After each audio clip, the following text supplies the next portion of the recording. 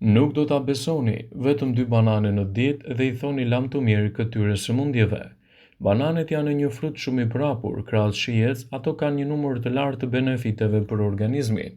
Bananet renditen në një nga frutat më të shëndetshëm në botë.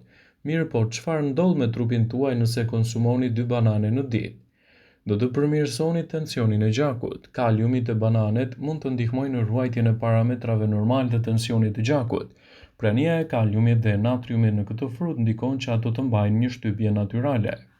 Konsumi I bananeve dhe perimeve ndikon në riskun kundër radikaleve të lira duke I ulur ndjeshëm ato.